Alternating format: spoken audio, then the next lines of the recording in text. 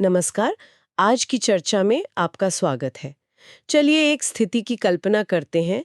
एक आपराधिक मामले की सुनवाई चल रही है, गवाह पेश हो रहे हैं, दलीलें दी जा रही हैं और तभी बचाव पक्ष के वकील खड़े होकर कहते हैं, माय लॉर्ड, जिस मजिस्ट्रेट ने इस केस में सर्च वारंट जारी किया था, उन्हें तो इस इलाके में वारंट जारी करने का अधिकार ही नहीं था। अब क्या होगा? क्या क्या एक छोटी सी प्रक्रियात्मक गलती की वजह से पूरा केस, सारी मेहनत सब पानी में मिल जाएगी? भारतीय न्याय व्यवस्था की मशीनरी बहुत बड़ी और जटिल है और इसमें इंसानों से गलती होना तो मतलब स्वाभाविक है।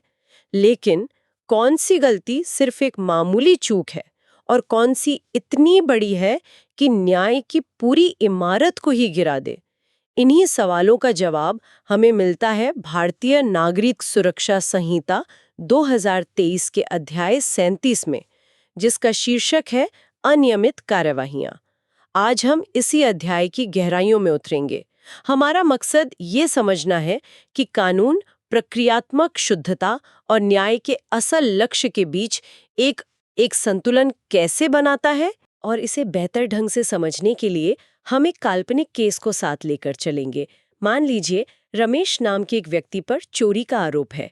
हम देखेंगे कि ये अलग अलग धाराएं रमेश के केस पर कैसे असर डाल सकती हैं। चलिए शुरू करते हैं। तो सबसे पहले उन गलतियों की बात करते हैं जिन्हें कानून माफ करने लायक मानता है। मतलब ऐसी चूक जिनसे कार्यवाही पर कोई खास असर नहीं पड़ता। संहिता की धारा 506 इसी बारे में है। इसमें एक बहुत ही महत्वपूर्ण शब्द है, सद्भावपूर्वक या इन गुड फेथ। इसका मतलब ये है कि अगर कोई मैजिस्ट्रेट जिसे कानूनी तौर पर कोई काम करने का अधिकार नहीं है, वो गलती से लेकिन अच्छी नीयत से सद्भावना में वो काम कर देता है, तो उसकी कार्यवाही को सिर्फ इस बिना पर रद्द नहीं किया जाएगा। जैसे रमेश के केस में मान लीजिए सर्च वारंट एक ऐसे मजिस्ट्रेट ने जारी कर दिया जिनका अधिकार क्षेत्र वो नहीं था, पर उन्हें ईमानदारी से लगा कि वो ऐसा कर सकते हैं। तो क्या अब उस सर्च में मिले सबूत बेकार हो जाएंगे? हाँ, नहीं, बिल्कुल नहीं। और यहीं पर कानून का जो व्यावहारिक ज्ञान है वो सामने आता है। धारा 506 का उद्देश्य ही यही है कि न्याय की प्रक्रिया को छोटी मोटी तकनीकी खामियों पर अटकने से बचाया जाए। आप सोचिए, अगर हर छोटी क्लर्क की गलती या अधिकार क्षेत्र की अनजाने में हुई भूल पर केस खारिज होने लगे, तो हमारा सिस्टम तो मतलब ठप ही हो जाएगा। सही बात है। कानून कहता है कि हम इरादे को देखेंगे। क्या मजिस्ट्रेट का इरादा न्याय की मदद करना था? अगर हाँ, और उस गलती से अभियुक्त के बचाव के अधिकार पर कोई सीधा और बड़ा असर नहीं हुआ है, तो कार्रवाई चलती रहेगी। ये सार को औपचारिकता से ऊपर रखने का एक बेहतरीन उदाहरण है। अच्छा। संहिता में तलाशी वारंट जारी करना, पुलिस को जांच का आदेश देना या किसी अपराध का संज्ञान लेना, ऐसे कई उदाहरण दिए गए हैं जो इस श्रेणी में आते हैं। ये बात तो समझ में आती है कि अनजाने में हुई छोटी गलतियों को नजरअंदाज करना चाहिए। लेकिन फिर एक सवाल उठता है कि वो कौन सी लक्ष्मण रेखा है जिसे पार करने पर गलती इतनी बड़ी हो जाती है कि उसे माफ नहीं किया जा सकता? क्या कोई ऐसी गलतियां भी हैं जहां मजिस्ट्रेट की सद्भावना भी केस को नहीं बचा सकती? बिल्कुल, और ये एक बहुत ही जरूरी फर्क है। धारा 507 इसी लक्ष्मण रेखा को खींचती है।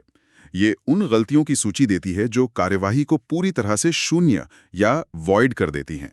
शून्य? शून्य का मतलब है कि कानूनी नजर में वो कार्यवाही कभी हुई ही नहीं।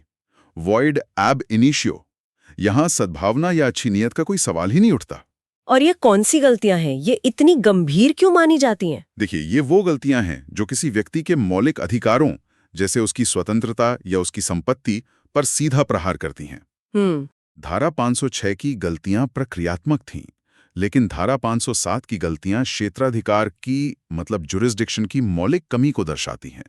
उदाहरण के लिए, अगर कोई मजिस्ट्रेट जिसे अधिकार नहीं है, वो किसी की संपत्ति को कुर्क करके बेच दे, ओहो। या किसी को शांति बनाए रखने के लिए सिक्योरिटी भरने का आदेश दे, या सबसे गंभीर, किसी अपराधी का विचारण यानी ट्रायल करके उसे सजा सुना दे, ये काम इतने गंभीर हैं कि कानून इनमें जरा भी ढिलाई बर्दाश्त नहीं कर सकता। तो अगर हम रमेश के केस पर वापस जाएं, तो जिस मजिस्ट्रेट को सर्च वारंट जारी करने का अधिकार नहीं था, अगर वो सद्भावना में वारंट जारी कर दे, तो वो धारा 506 के तहत बच जाएगा। हाँ, लेकिन अगर वही मजिस्ट्रेट रमेश का पूरा ट्रायल चलाकर उसे चोरी का दोषी ठहरा दे तो वो पूरी कार्यवाही धारा 507 के तहत शून्य हो जाएगी, राइट? एकदम सही।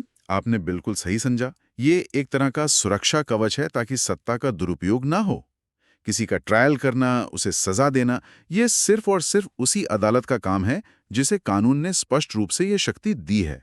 इसमें कोई अगर मगर या सद्भावना की गुंजाइश है ही नहीं। अच्छा। यहाँ औपचारिकता ही सार है, क्योंकि ये औपचारिकता ही नागरिक के अधिकारों की रक्षा करती है। ठीक है, तो हमने जज के अधिकार क्षेत्र से जुड़ी बड़ी और छोटी गलतियों का फर्क समझ लिया। लेकिन क्या होता है जब गलती जज के अधिकार की नहीं बल्कि केस की लोकेशन की हो? मान लीजिए रमेश पर चोरी का आरोप दिल्ली का है, लेकिन किसी वजह से उसका ट्रायल गलती से नोएडा की अदालत में चल गया और फैसला भी आ गया। तो क्या सिर्फ इस आधार पर कि केस गलत जगह सुना गया पूरा फैसला रद्द हो जाएगा? यहाँ पर शायद धारा 508 तस्वीर में आती है। ये एक बहुत ही आम और व्यावहारिक समस्या है। कई बार ऐसा होता है। धारा 508 कहती है कि किसी अदालत के फैसले या आदेश को सिर्फ इस आधार पर रद्द नहीं किया जाएगा कि जांच या मुकदमा गलत सेशन डिवीजन, जिले या स्थानीय क्षेत्र में हुआ है। कानून फिर से तकनीकी बातों पर नहीं उलझना चाहता। लेकिन इसमें जरूर कोई शर्त होगी। ऐसा तो नहीं हो सकता कि कहीं का भी केस कहीं भी सुन लिया जाए। बिल्कुल सही। और वो शर्त बहुत महत्वपूर्ण है। शर्त ये है कि उस फैसले को तभी रद्द किया जाएगा जब ये साबित हो जाए कि उस गलती के कारण वास्तव में न्याय की विफलता हुई है। A failure of justice has in fact been occasioned. ये एक बहुत बड़ा टेस्ट है। न्याय की विफलता, ये सुनने में बहुत भारी शब्द लगता है। अदालत ये कैसे तय करती है कि न्याय की विफलता हुई है या नहीं? देखिए, अदालत ये देखती है कि क्या गलत जगह पर सुनवाई होने से अभियुक्त को कोई वास्तविक नुकसान हुआ, क्या उसे अपना बचाव करने में कोई असली कठिनाई हुई। अच्छा, जैसे रमेश के केस में अगर ट्रायल नोएडा में होने की वजह से उसके दिल्ली में रहने वाले जरूरी गवाह अदालत नहीं पहुंच पाए, बिल्कुल, या उसे सही कानूनी मदद नहीं मिल सकी, तो ये न्याय की विफलता मानी जाएगी। ओके। लेकिन अगर उसे अपना बचाव करने का पूरा मौका मिला और लोकेशन की गलती से उसे कोई वास्तविक प्रेजुडिस या नुकसान नहीं हुआ, तो सिर्फ जगह बदल जाने से फैसले को रद्द नहीं किया जाएगा। इसका मतलब है आपको ये दिखाना होगा कि गलती की वजह से नाइंसाफी हुई, सिर्फ ये नहीं कि गलती हुई। ये बहुत दिलचस्प है। हर प्रक्रियात्मक गलती की जांच न्याय की विफलता की कसौटी पर की जाती है। चलिए इसी कसौटी को एक और महत्वपूर्ण स्थिति पर लगाकर देखते हैं। आरोप तय करना यानी फ्रेमिंग ऑफ चार्ज। ये तो किसी भी केस की नींव होता है। अगर नींव ही गलत हो तो पूरी इमारत कैसे बच सकती है? धारा 510 शायद इसी बारे में है। आपने बिल्कुल सही नब्ज पकड़ी है। आरोप ही वो दस्तावेज है जो अभियुक्त को बताता है कि उसे अपना बचाव किस बात के लिए करना है। अगर इसी में कोई गड़बड़ी हो तो ये बहुत गंभीर हो सकता है।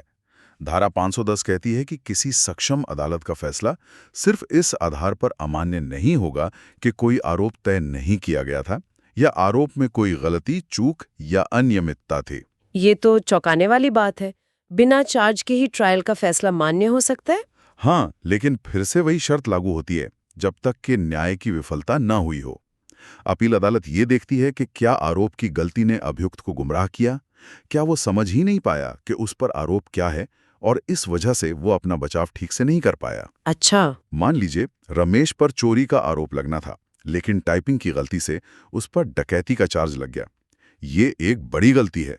अब अदालत देखेगी कि क्या इस गलती से रमेश को अपने बचाव में कोई वास्तविक नुकसान हुआ। और अगर अदालत को लगता है कि हाँ, नुकसान हुआ है और न्याय की विफलता हुई है, तो उसके पास क्या विकल्प है?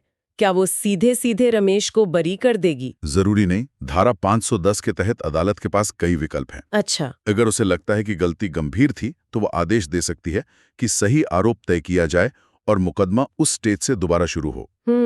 या फिर वो एक नए आरोप पर एक नए सिरे से मुकदमे का निर्देश भी दे सकती है। और हाँ, अगर अदालत को लगता है कि जो सबूत सामने आए हैं उनसे रमेश के खिलाफ कोई आरोप बनता ही नहीं है, तब वो दोष सिद्धि को रद्द करके उसे बरी कर सकती है। तो इसका लक्ष्य भी गलती को सुधारना है, ना कि सिर्फ पूरी प्रक्रिया को खत्म कर देना। कानून का झुकाव हमेशा प्रक्रिया को बचाने और सुधारने की तरफ है, जब तक कि गलती इतनी बड़ी ना हो कि वो अन्याय का कारण बन जाए।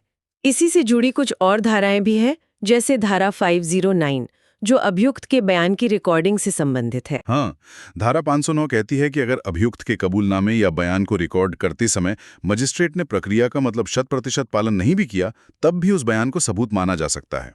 शर्त बस ये है कि अदालत को यकीन हो कि इस चूक से अभियुक्त के बचाव पर कोई प्रतिकूल असर नहीं पड़ा और सबसे जरूरी, बयान स्वेच्छा से दिया गया था। फिर से वही सिद्धांत। बिल्कुल। क्या गलती से अन्याय हुआ? अगर अभियुक्त ने स्वेच्छा से कहा हाँ मैंने चोरी की है और ये सच में स्वेच्छा से कहा है, तो सिर्फ ये कि मजिस्ट्रेट ने फॉर्म के किसी कॉलम को भरने में गलती कर दी, उस कबूलनामे को बेकार नहीं करेगा। और मुझे लगता है कि धारा 511 और 512 इसी सिद्धांत को और भी व्यापक बना देती हैं। बिल्कुल। धारा 511 एक तरह का कैच ऑल प्रावधान है।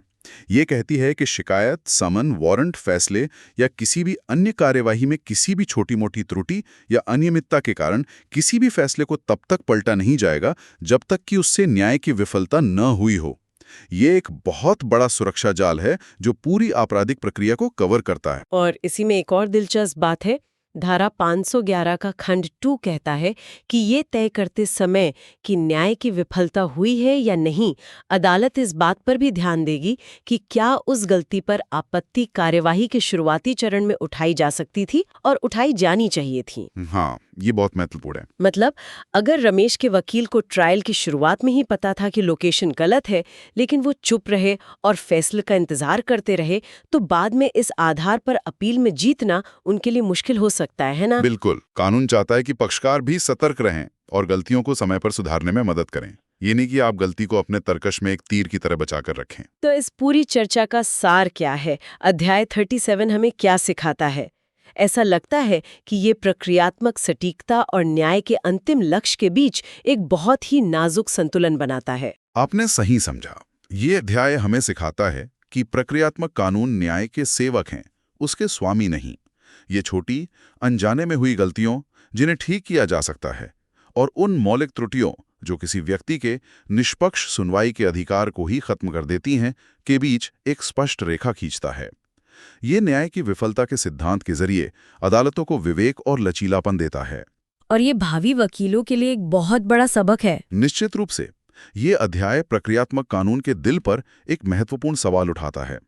हम न्याय सुनिश्चित करने और व्यवस्था को अत्यधिक तकनीकी और औपचारिक होने से बचाने के बीच सही संतुलन कैसे बनाते हैं। एक वकील के रूप में ये पहचानना कि कौन सी त्रुटि केवल एक ठोकर है जिसे नज़रअंदाज किया जा सकता है और कौन सी एक गहरी खाई है जो पूरे केस को गिरा देगी, एक बहुत ही महत्वपूर्ण कौशल है। सही बात है। ये आपको सोचना सिखाता है कि कब एक प्रक्रियात्मक चूक न्याय के रास्ते में एक बड़ा रोड़ा बन सकती है और कब उसे नजरअंदाज करके आगे बढ़ना ही असली न्याय है।